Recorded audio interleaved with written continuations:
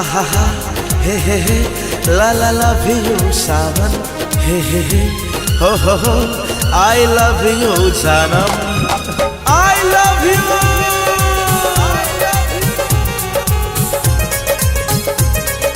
This song is mixed by Sugam Raja. एले मौसम सुहाना सावन के है ये हो एले मौसम सुहाना सावन के प्यार करबे प्यार करबे नया डरबे हो एले मौसम सुहाना सावन के एले मौसम सुहाना सावन के प्यार करबै हो प्यार करबै नैया डरबै हो एले मौसम सुहाना सावन के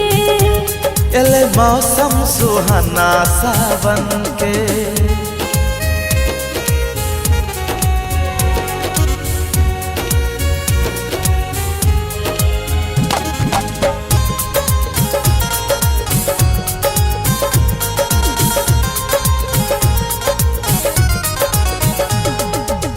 बादल गरज ले सावन बरस ले सन सन सन सन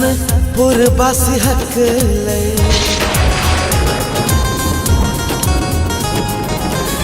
एले बहार फूल खिले गली गली प्रेमक खुशबू महक ले नाचे बगिया में उड़ उड़ के बुलबुल सनम आई कर ले दिल सा ये दिल का मिलन हमर प्रेम दीवाने करो ने शरम एले मौसम सुहाना सावन के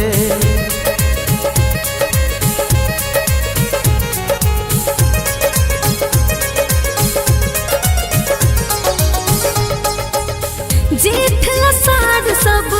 महीना गुजर ले सावन महीना दिल जोर से धड़क ले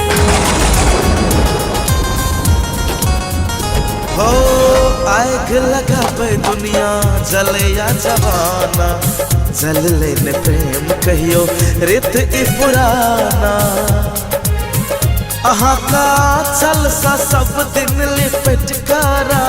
अहाँ का सीता के सिंदूर बन का सजब संग जीबै ये मरबै कसम से कसम एले मौसम सुहाना सावन के।